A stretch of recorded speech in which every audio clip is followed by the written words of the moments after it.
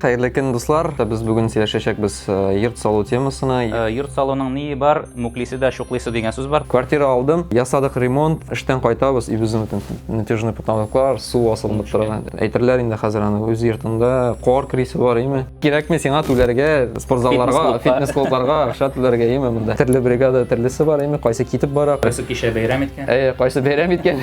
В России все умеют учить, лечить и строить. Әле дә торамы, җимерелмәдеме йорт?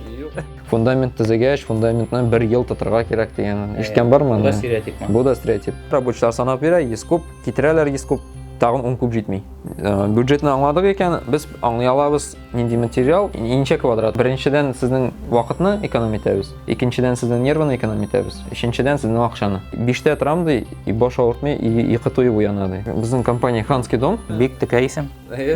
Дин минем өчен бизнеста да, тормышта да минем фундамент. Сәлам дуслар, безнең белән бүген Ильяс Гыймадов, минем исемем Данил Сафаров, һәм бүген Ильяс белән сөйләшергә булдык без йорт салу буенча темасына.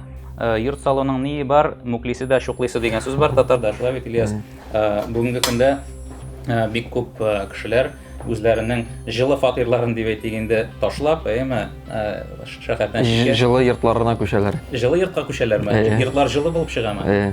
Хәерле иртә, хәерле көн дуслар. Әлбәттә без бүген сөйләшәчәкбез йорт салу темасына. Йортны санап үтсәк була йорт салуның һәм сатып алуның плюсларын, әйме шулай ук йорт белән квартираны чагыштырсак, әле генә мәсәлән кичә Инстаграмда үткәрдем шундый соцопрос.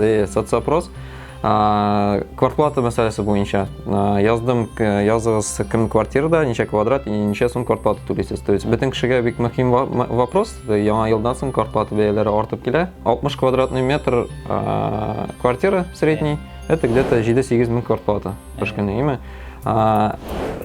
где-то 150-180 квадратный дом, где-то 4 мең квартплата. Монда сразу күренеп тора, атышлырак икән. Иң мөһим плюсы аның, наверное, тагын шул парковка мәсьәләсе. Мәсәлән, хәзер бөтенебез беләбез, Казанда, Дуурларда парковка белән проблемалар бар, әйме? Кайттым, мин кич белән кайтам. И мин үзем, кстати, квартирада яшим әлеге. 19 елда тоже шулай максатым, это үземнең йортны, үземнең теләгән җирдә салып чыгу, иншалла. Үз йортыңда, как минимум 2-3-4 урынлык, скажем так, тәүлек буенча урын бар. Күршеләр, шумоизоляция, әйме? Тавыш буенча. Үз йортыңда астан шакмаячаклар инде балаларыбыз шабады. Астан да шакмаячаклар, истән дә шакмаячаклар, истән анасында батыру, су батыру куркынышы юк. Шулай ук мин 11 елда үзем квартира алгач, су батыру дигәчтән искә төште. Квартира алдым, ясадык ремонт, и көз көне ноябрь эштән кайтабыз, и безнең натяжный потолоклар, су асылып торган. Бөтен идәндә где-то 20 см су. Йорт яңа иде, яңа, и бөтен кеше тормый, 6-нчы этаждан подвалга кадәр төшеп җиткән, и подвалда анда безнең парикмахерская ачылган иде. Парикмахерскийдан беренче звонок булган. То есть сезнең аркылы без самый основной бөтен обойларын яңадан алыштырып, идәннәрне, ишекләрне яңадан алыштырып, менә шундый ремонт ясарга туры килде. Икенче тапкыр, то есть үз гомеремдә, үз квартирамда 1 ел эчендә 2 тапкыр ремонт ясарга туры килде. Шуңа күрә үз йортыңның монда плюсларына кайтып килсәк, шулай ук саф һава, балаларга нидер үзенең площадка ясап куярга була инде, әйме? Кемдер бакча ярата, кемдер чәчәкләр үстерергә ярата. Әлбәттә безнең җәй озын түгел, күбрәк кыш. Әйтерләр инде хәзер аны үз йортында кар крисе бар, әйме? Аны бит тоже, то есть плюска әйләндергә була. Ничек итеп? Физзарядка, то есть кирәкме сиңа түләргә, нидер спортзалларга, фитнес клубларга акча түләргә, әйме монда. Тагы бер минус үз йортларының ул да булса, инфраструктура күп поселкларда юк. Шул ук автобус йөрү, балалар бакчасы, мәктәп, кайбер күп кенә поселкларда шулай юллар, и икенчесе инде шул балалар бакчасы булмаса, Казанга или кайда булса йөртү мәсьәләсе бар инде. Юл бөкеләрдә төп проблемадыр инде, шулай бит? Основной шул бүгенге көндә безнең клиентлар белән тоже аралашабыз. Основной шул тора күп кешене. Күп кеше. Аңа карамастан бер арызда күрәбез, Казанның бөтен ягыннан яңа поселоклар үсеп килә. Бөтен җирдә төзелеш бара. Тенденция то, что загородная недвижимость дип әйтелгән, төзү буенча, сатып алу буенча үсеш зур бара. Элек бит инде Казаннан, шәһәрдән читтә яшәүче кеше, ул бай кеше санала иде, коттедж санала иде аның, бүгенге көндә мин белүемчә Казанда мәсәлән синең 2 бүлмәле фатирың бар икән, ул инде бәясе буенча тәңгәл килә читтәге шактый зур гына йортта, шулай бит. 2 бүлмәле примерно радиус 15 километр ераклыкта Казаннан, бер 150 квадратлы, бер 5-10 сотый җир белән алырга була. Сатып алыргамы йортны, яки әзер йортны, яки төзергәме? Төзегәндә барбер үзең өчен төзисең инде. Бик теге матур булмаса да, әйтәсе килмәсә дә, бар төрле застройщиклар теге сатырга дип төзелгән әйбер барбер анда күбрәк экономический яктан карап, күбрәк файда алырга тырышып, эшләнгән булырга мөмкин. Мин алай дип әйтмим бөтенесе. То есть бар яхшы теге добросовестный застройщиклар кеше үзенә дип төзегәндә беренчедән ул уже проектны можно үзеңә теләгәнчә, үзең теләгәнчә этаж, бүлмәләр, размерларын, үзеңә теләгәнчә индивидуаль проекттан төзергә була. Икенчедән шулай дөрес иттереп төзергә кирәк инде. Нәрсәне әйтәм, дөрес иттереп дип, шул ук инженерно-изыскательных работ участокта геология процессы мәсәлән туфракларны тикшереп, дөрес фундаментлар ясап, эшләнгән йорт булса,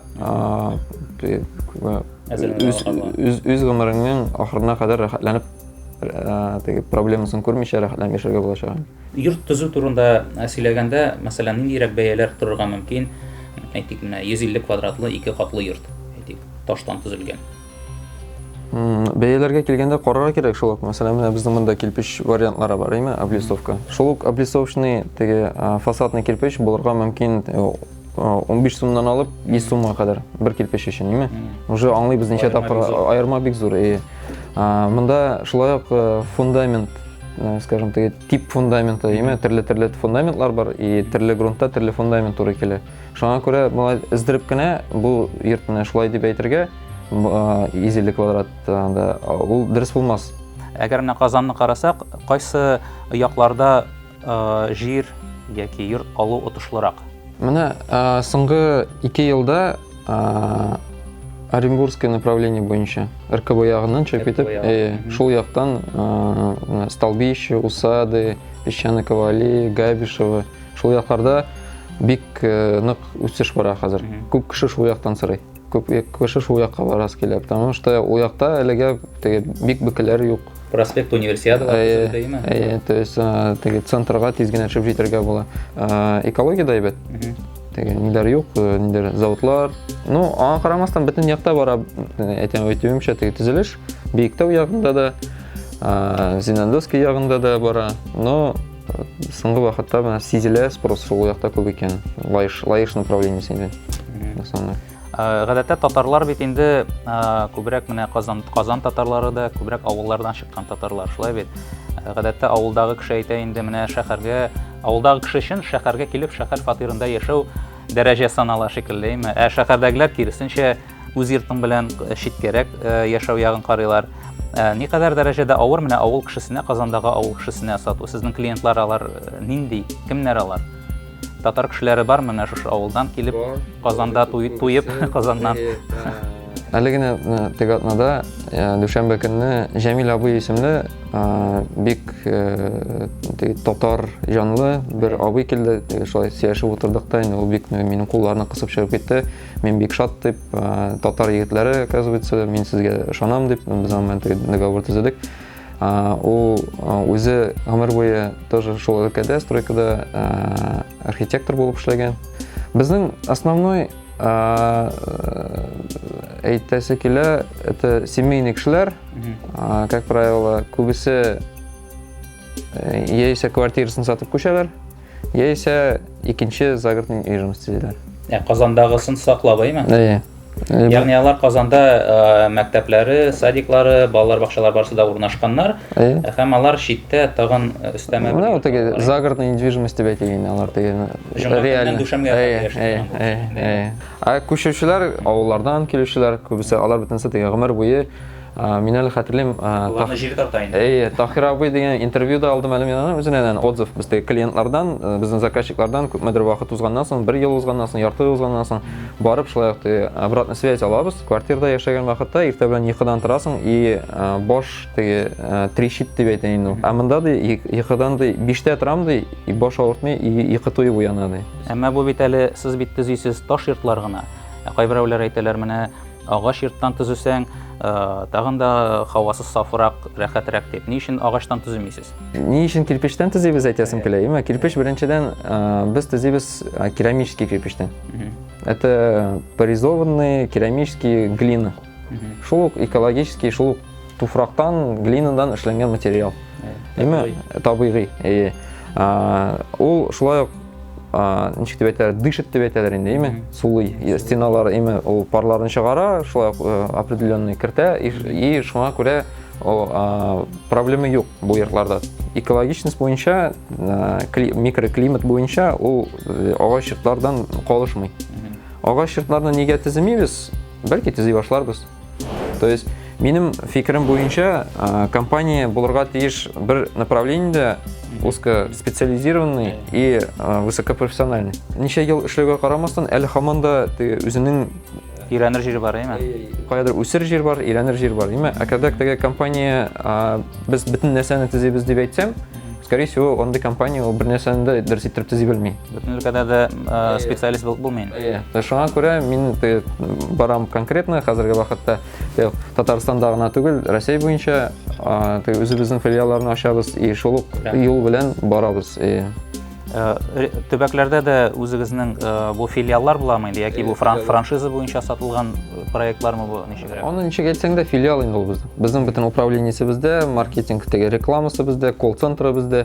Алар инде уже каршы алалар клиентны офиста, проектны обсуждать итәләр, сметаны саныйлар и төзиләр.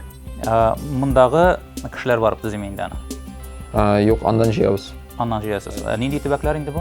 Әлеге көндә безнең Ульяновск, Тверь, Пермь и мартта Чаллыда, үзебезнең Татарстанда Чаллыда ачабыз филиал. Анда инде филиал менә. Казаннан торып менә бу төбәкләрне контрольдә тотып буламы? Андагы сыйфатны дип әйтик. Бу определенный бизнес-процесс, который безнең уже наработанный, именно ничә ел эчендә, определенные точки контроля и бу. Инде менә әкренләп сезнең бизнеска да күчтек, әйме? Таныштырып китсәң иде үзеңнең оешмаң белән, ни күпме кеше эшли сезнең монда, оборотлар нинди, шушы оешмагызның зурлыгын күрсәтер өчен?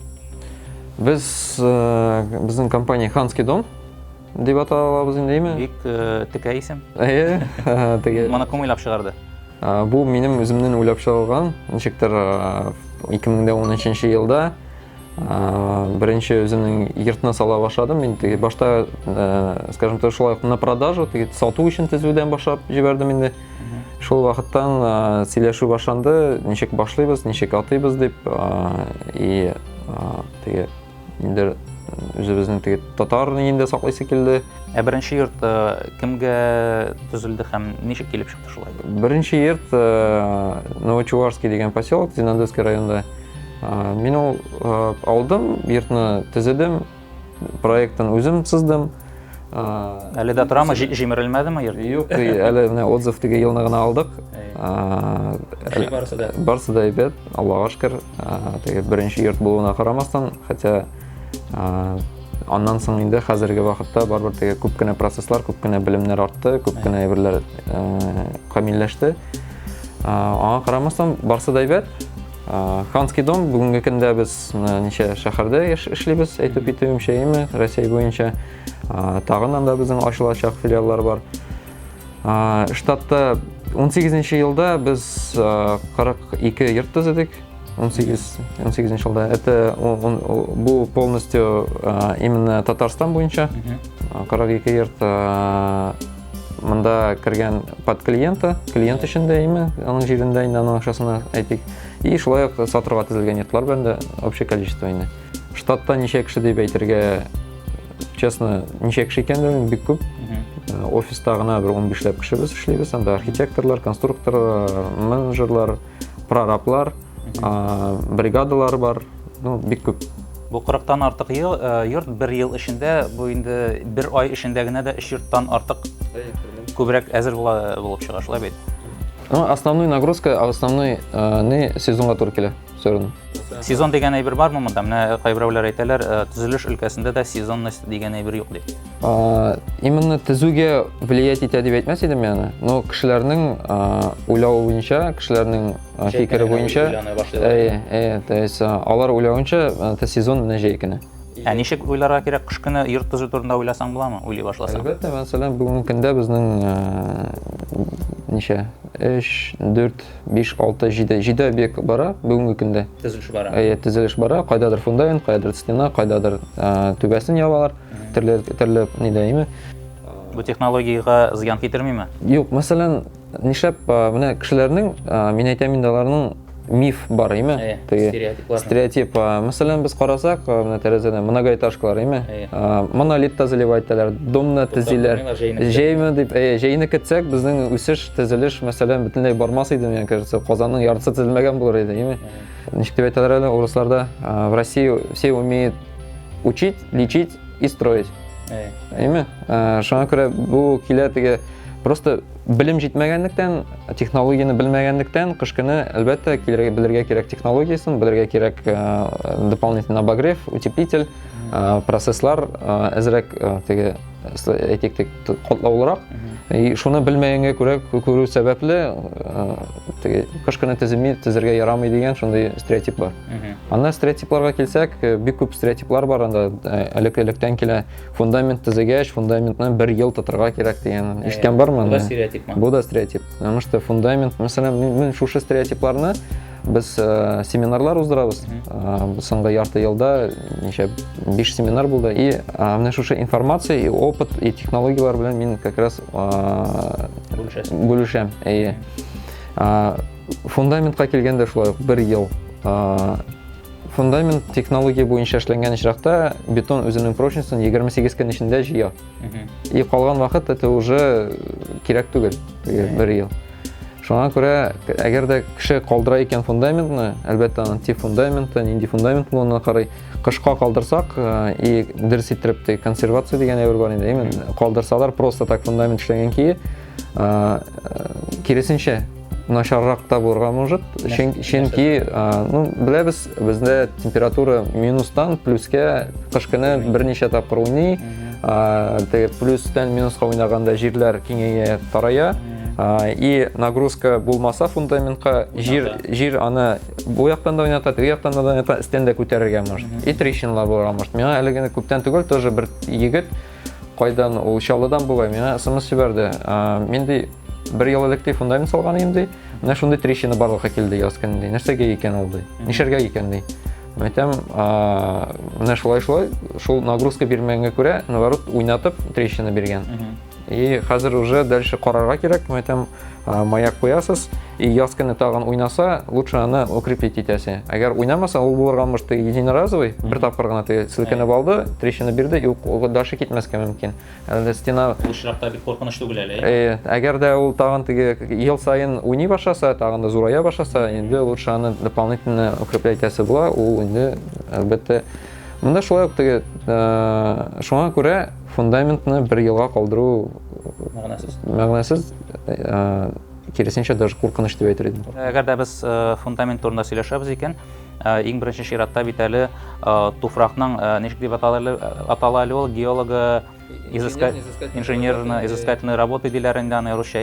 Ул нидә дәрәҗәдә мөһим менә йортны сала башлаганда? Күпләр бит инде үз белдеклеге белән. Кызганычка каршы кешеләр сала башлар йортны ничек менә минем күрше салды. Тора бит, мин дә шулай салам. Деминен инде фундамент анда күбрәк теге экономия ягыннан карасалар, выбирайталар шул ленточный свайный ленточный фундамент инде күбрәк соңгы вакытта бик модага кирип китте. инженерный изыскательный геология эшләнми инде, төзиләр, и ул фундамент основ бит инде. Бөтен стенада шуна да. И әгәр дә фундаментта берәнди трещина китсә, стенада мин күргән бар, күп кенә йортларда, син дә күргән бардыр инде, тамашачыларның да кирпичный йортларда, стеналарда трещиналар, мин теге поселокларында әйтә алам. Хәзер не буду озвучивать, күп кенә компаниялар белән төзелгән йортларда карап торышка матур йорт, якын киләсең, облицовочный кирпичтә трещиналар, мәсәлән. Шуңа күрә йорт төзелешенең процессы шушынадан башланырга тиеш. Кыйбат әйберме ул, кыйммәтме ул? Монда 30 мең средний рыночный бәясе, Казан буенча име. Анда 2 скважина ясыйлар, тишеп име, 8 метр бу как раз йортлар өчен җитә инде. Җирне алалар и лабораторияда тикшерәләр. И шул ни буенча, заключение буенча конструктор уже проектның нагрузкаларын карап определяет тип фундамента и размер фундамента. Проект буенча кайберәүләр үзләре генә проектларынан да кагазда теге салфеткада дигән шикелле сызып эшлиләр, әйме? Кайберәүләр ниндидер фәнни оешмаларга бирәләр. Менә проект эшләү кыйммәтме ул, никадәр дәрәҗәдә кирәк аңа менә шулай торып җитди тотынырга? Кешеләр соңгы вакытта проект интернеттан күрәләр да картинка белән, әйме, берәр или күршесенең фотосын алып киләләр дә, миңа шундый дом дип инде. Монда шулай беренчедән саналмаган була бернинди нагрузкалар. Шул ук фундамент, шул ук стена, шул ук түбә, кровля, әйме? Шул ук түбәдә әгәр дөрес эшләнмәгән булса, нагрузкалар булмаса, бездә бит инде үзебез беләбез, җилнең нагрузкалары бар, карның нагрузкалары бар, әйме? Проект это беренчедән эскизный проект, то есть бүлмәләр кайда булырга тиеш, внешний вид архитектурный, как минимум шушы архитектурный өлеш белән конструктивный өлешне эшләсәләр, уже дөрес төзелгән бина булачак инде. Күпме торырга мөмкин менә бу проектны эшләтү? Эскизный проект 250 сум квадратный метр. Без проектны эшлибез, эскизный проект 250-дән, а рабочий проектны безгә бит төзергә кирәк. Ансы бушка дип әйтик. Эшкә керә, эш санына керә. Белүемчә, кешеләр сезгә килә һәм сез аларга ниндидер әзер проектларда тәкъдим итәсез. Һәм шул ук вакытта кеше үз проекты белән дә килергә мөмкин, сезгә шулаймы? Бер дә әле үз проекты белән килгән кешенең йортын төзегән булмады. Киләләр, как правило, интернеттан скачанный үз проектлар белән. Күп кенә проектлар, теге проект сатабыз дип, анда куялар интернетка, ветадан шул ук теге кемнеңдер кемгәдер эшләгән, но шул ук опять аның фундаменты туры килми. Аның кайбер җирләрдә конструктив эшләре дөрес булмый. И ул проектларны без яңадан күтәреп, яңадан дөресләп, и уже яңадан үзебезнең проект итеп чыгарабыз инде. Йорт төзергә уйласагыз, уйладык икән, беренче этап итеп аңларга кирәк үзегезнең бюджетны. То есть бюджетны аңладык икән, без аңлый алабыз нинди материал, ничә квадрат икән аңларга кирәк. То есть кемгәдер кирәк. И шуннан чыгып уже безнең уже ничә еллар буе төзелгән, үзебезнең шулай сатуга төзелә торган, шулай уже наработанный, бер генә төзелмәгән, әзер аны типовой проектлар дип әйтәләр инде. Ничә балар сезнең? Сайлау мөмкинлеге зурмы?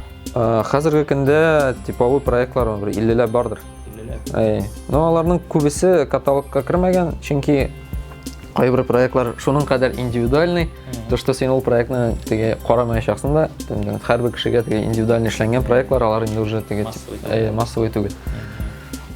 Массовый бик актуальный проектлар, бер 20 проект, наверное, которые бөтен кешегә ошый, часто нитәләр. Шуннан соң бик мөһим момент, йорт төзегәндә шактый гына күп документ эше бар. Разрешение на строительство дигән кагазлар бар. Менә шушы документ эше белән шөгыльләнүче юристларыгыз бармы сезнең? Безнең бар кешеләр, безнең хәзер разрешение на строительство дигән әйберне 4 августтан 18 елның бетерделәр. Хәзер бара уведомление. То есть төзелеш башлар алдыннан уведомление алырга кирәк, и бетергәч уведомление алырга кирәк. И шул уведомление бу исеме генә алышты инде, дөресен әйткәндә. Процесс шулай ук, барырга кирәк, алырга кирәк. И бар ГПЗО дип әйтәләр инде, генеральный план земельного участка. То есть иң беренче төзи башлаганча генеральный план земельного участка ГПЗУ булса, анда инде как раз это схема буенча күрсәтелгән, нинди отступлар белән именно границалардан нинди ярым интезергә, шул иң беренче шуны алырга кирәк.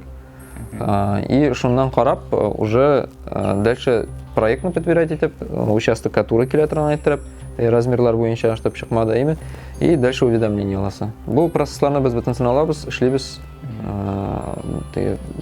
Бер нинди авырлыгы юк бу мөмкиндә. Эшли башлагач, сез бит инде хәл итәсез клиентлар белән нинди материаллардан төзисен, шулай бит. Шундый имеш-мимеш бар, стереотипмы бу, юкмы, менә хәзер әйтәйме. Әгәр дә сез аласыз икән аны, төзүчеләр инде бу материаллар анда бер 10-20%-ка инде бәясе арттырылган була дигән.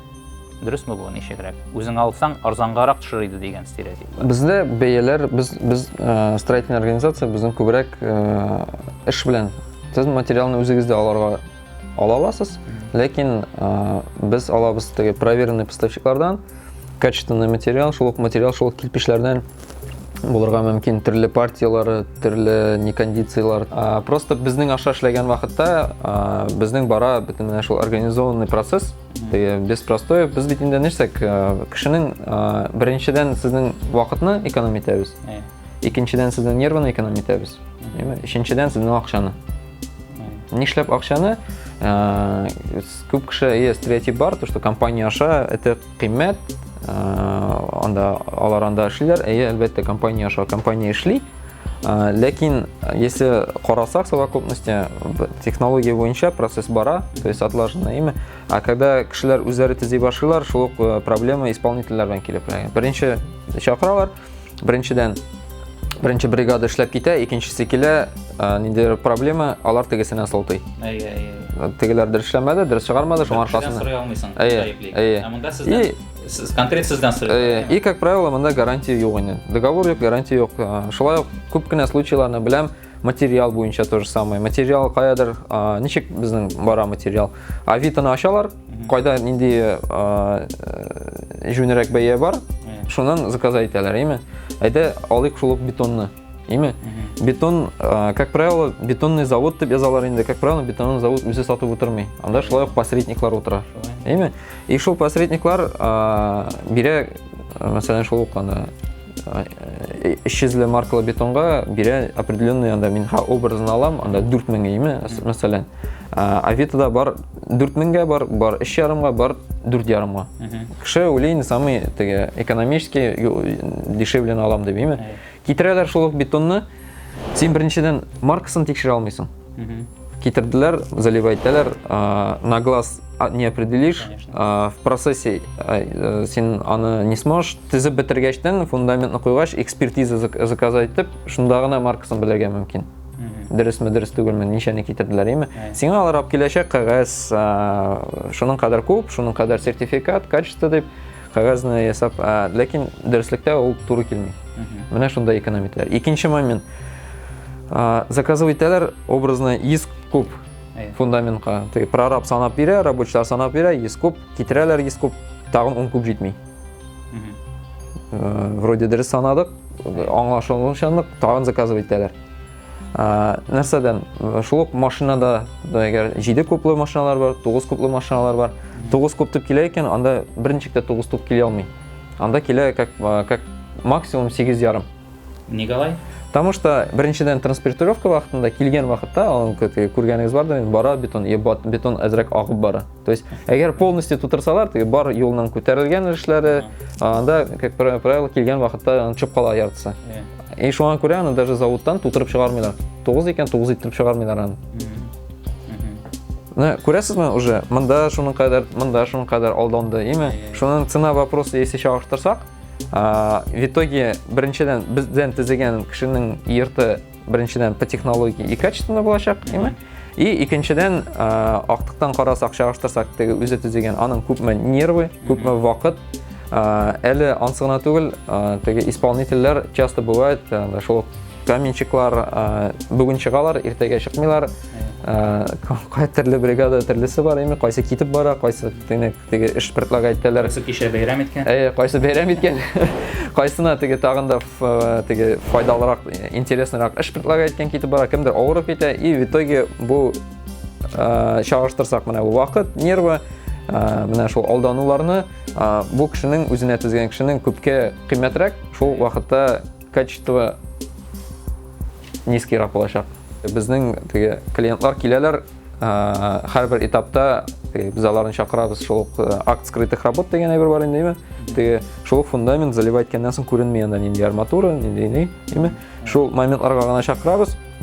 Калган вакытта алар үзләренә без аларга доступ бирәбез и видеокамерадан просто карап утыралар, нинди состояниедә, нинди движение бар икән. Видеокамерадан ничек карыйлар? Сезнең һәрбер төзелештә камералар бар. Хәзер теге GPS ниләр белән куябыз и телефонга доступ бирәбез, телефоннан карап төзелешне реальном времени онлайн режимда карап утырабыз. Туктамый төшерәләр камералар. 24 часа. Анда төрле режим бар теге, ул сүнә, теге төнге вакытта движение булмаса, движение булса кабына. Ничә камера инде бу?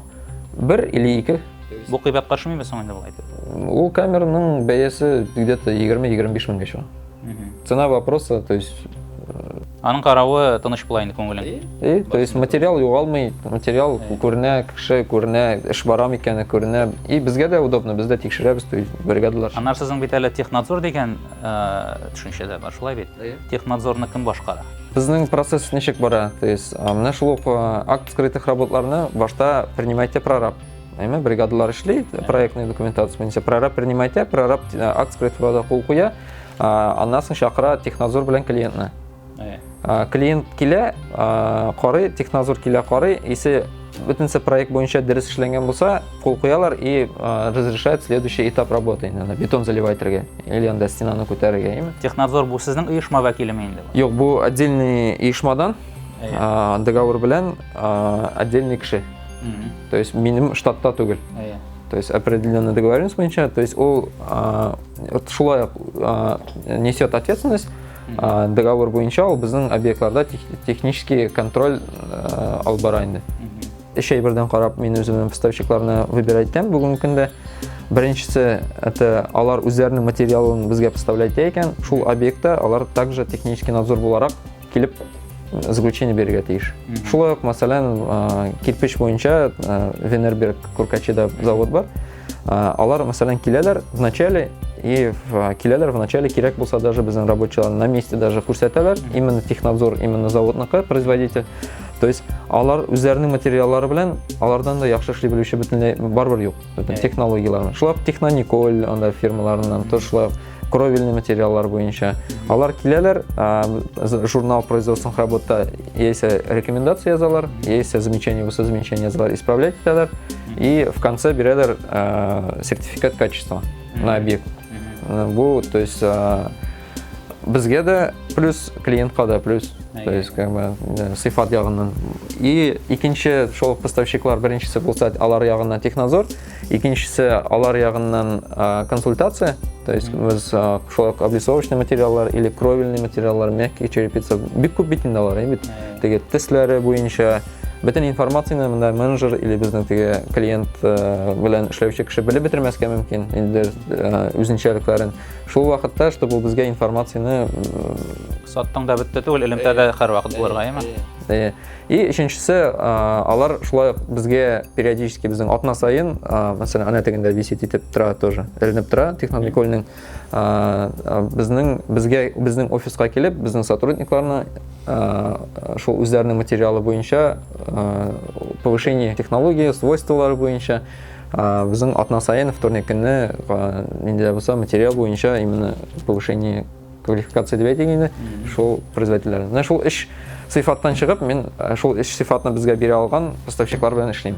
Хуш, ясап бетердек те йортны. Гарантиясы бар йорт. Ул гарантияларга нәрсәләр керә һәм гарантия очраклары бармы? Гарантия буенча сезне чакырган әйтегез. Общий закон буенча, гражданский кодекс буенча 5 ел бара. Бүгенге көндә без уйлыйбыз аның срогын күтәрергә, дополнительно үзебез, потому что без үзебезнең теге хәзерге менә шул процесслар белән үзебезнең теге бирә торган продукта без уверен. То есть күп кеше сорый. Көп кенә компанияларны күрәм, теге пожизненный гарантия дигән әйбер, аннан соң теге 100 ел гарантия дигән әйбер. Но монда теге минем безнең компаниянең ценность это честность. Мен хаман әйтәм, клиентлар алдында да, үзебезнең алдында да, сотрудниклар алдында честно булырга кирәк, потому что 100 ел әле син ул йортны төзеп 100 ел узмаган, шуңа күрә 100 ел биреп булмый. Мәсәлән, без 5 ел периодны уздык, белдек, күрдек, хәзер аңлыйбыз, что без аны күтәрә алабыз, даже үзебезнең нигә. Гарантийный случайлар була, алар зур түгел. Мәсәлән, без Волга буенда бер йорт төзегән идек. Анда бер кырыйдан түбәнең кырыйыннан бер ниннән әзрәк су кергән. Яңадан сүтеп, яңадан җыйдык. Тагын инде гарантийный случай булды. Аннан соң тагын бер недавно тоже булды. Кыш көне каты суыклар вакытында тәрәзәләр астында без ката башлаган иде. Ну, теге просто регулировка кирәк булды инде. Йорт салуны, менә шиттә йорт салуны никадәр дәрәҗәдә карарга мөмкин капитал саклау һәм капиталны арттыру инструменты буларак, капиталовложение инструменты буларак, артамы йорт яки миманың бәясе. Теләсә нинди әйтик, недвижимость, именно шул йортлар, квартиралар, аларның бәясе арта, әлбәттә. Ләкин йортны аңларга кирәк, квартираны алдыңда, аны 10 елда тормасаң да, ул берничәми тора имеш шулай. Йортны алай булмый. Йортны алдың икән, анда сиңа карарга кирәк, торырга кирәк. Шул аның территориясын бер ел карамасаң, анда уже каралмаган хәлгә килә. Шуңа күрә бу яктан караганда просто алып куеп теге капиталовложение дип карау юк. Күбрәк теге стороны теге как минимум син әйтмешләр теге яшәр өчен, яисә ялларда хотя бы яшәр өчен алалар инде, әйме? Кемнәрдер теге тәүлекләп бирү буенча шуның өчен төзи, кемдер постоянно арендага бирә йортларны салып. Шулай аннан соң безнең белән әлеге көндә теге шулай 19 елда, мәсәлән, январдан гына әле башладык. Инвестиционный проект бу дополнительно на продажу төзелә торган домнарга инвестор буларак керергә була безнең белән. То есть кемнең ни булса, теләге булса, бу капиталовложение, то есть без аның исеменә алып төзеп сатачакбыз. Ничегрәк күзалланам ул бу? Мәсәлән, минем бар ди, мәсәлән, анда 3 миллион сумма, әйме? Мин аны банкка куялам, мәсәлән, яки сезгә киләм дә, сезгә тапшырам 3 миллион сумны, һәм сез миңа нәрсә вәгъдә итәсез булып чыга? Договор буенча йорт төзибез, анда годовойда минимум 20% годовых килеп чыга. Если банк белән чагыштырсак, банк сезгә 20% годовых точно бирми, а монда минимум 20, анда 30%-га кадәр, 20-дән 30-га кадәр. Бу акчаларның кайсы йорт төзелешенә киткәнен аермачык языла, әйме? Конкретно адресы без даже шул ук йортны, шул ук инвестор исеменә можем оформить итәргә, әгәр или обременение куеп, то есть гарантияләре бар финансовый. То есть Булай монда инвесторлар күпме сезнең белән эшләүче? Без әлеге көнгә кадәр үзебезнең оборотларга гына төзеп ниткән булсак, и просто күрәбез бүген көндә спрос бик зур безнең йортларга. Біз участокны алабыз, и на стадии участка уже безнең йортны сатып алалар. Бу особенно на Габишево, село Габишево, это Лаевский район. На стадии фундамента или на стадии даже фундамент юк, без планируем шулай дип әйтәбез, и шул вакыттан уже кеше задаток биреп бронировать итеп куя. И без шушы теге спрос миңа теге ялган булмасын, кайбер көннәрне икешәр клиент шалтырата, Габишевода калмадымы әле йортларыгыз юкмы дип. Төрле риэлторлар шалтырата, теге танышларның танышлары шалтырата. Шул бездән Габишевода алган клиентларның туганнары күбесе күчеп килә. Минем максат, компаниядә дә әйтәбез, без теге син оборот компании дип бер сорадың, прибыль дип тә сорадың. Мин честно оборот и в прибыльне даже исемдә дә тотмыйм. Теге кагазларны ачып карарга кирәк. Минем өчен мин беләм, мәсәлән, Габишев бистәсендә безнең 17 клиент уже, которые довольны, яшиләр. Менә шулай 25 декабрьдә яңа ел алдыннан без җыйдык бер залда, анда 150 кеше иде, бер залда җыйдык үзебезнең заказчикларны и җыйдык шунда чакырдык быел 19-га йорт төзергә уйлаган кешеләрне. Штаб алар бер-берсе белән теге үзләренең опытлары белән аралашу булды, анда бүләкләр булды. То есть бер залда заказчик и будущий клиентларны җыйдык. И мин шунда күрдем, әйтә алам, ничә безнең заказчик булды, менә оборотны хәтерләмим. Минем максатым теге беренчедән акча эшләү генә түгел, именно кешеләргә без шунда теге бу әйтәсе килә теге йорт төзү, ул миңа энергия бирә. Мәсәлән, моментында, когда без кешегә төзеп бетереп ачкычны тапшырган вакытта, аларның шундай аларның башында булган шул теге куркулары, страхлары, алар в конце шундай югалалар, и алар теге әйтәләр, без дип башында шулай курыккан идек, борчылган идек теге, и шундай шатланулары, менә шул аларның шул ичкын күзләре, шатлыклы, шул гаиләләр, балалар белән менә бу теге дөньяга синең калдыра торган һәрбер кешенең бит инде максаты дөньяга ниндидер нәрсәдер калдырырга тиеш. Якты эз. Бу минем уйлавымча бүгенге көндә минем компаниянең мәсәлән бик зур теге энергия безгә бирә именно шушы процесс. Шул моментлар. Бизнесменга медиалы булу ни кадәр дәрәҗәдә кирәк булган? Нәрсә ул сатып алу, ул доверие. То есть доверие булса, кеше шул кешедән кая доверие бар, шуннан алалар, Әгәр кешеләр хәзерге көндә ничек дип әйтәләр, кешеләр компаниядан алмыйлар, кешеләр кешедән алалар. Просто Ханский дом булса, там Ханский дом бер нинди кешеләр юк, отзывлар булмаса, аңа доверие башка. А когда ачасың безнең сайтны, минем фотография, минем обращение, минем медийный социальнеләрдә активный булуым кешегә беренчедән ышаныч бирә, доверие. И икенчедән минем үземә дә бу ничек дип әйтим, үзенең плюсларын әҗерен. То есть бу дополнительный личный бренд, дополнительная реклама. Кеше йорт төзи башлагач, сезнең сайтны ачкач, менә бу кеше була икән, җаваплы минем йорт өчен дип карый инде сиңа, шулай бит, конкрет шушы кеше дип.